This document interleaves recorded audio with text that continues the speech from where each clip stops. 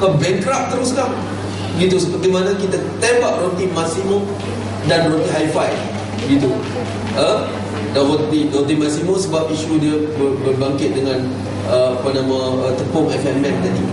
Dan pun begitu, isu kita kena jelas.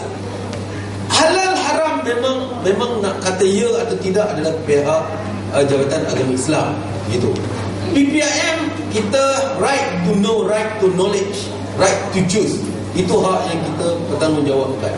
Satu sudu najis kinzir ataupun kencing kinzir dituang dalam satu saiz Olimpik punya kolam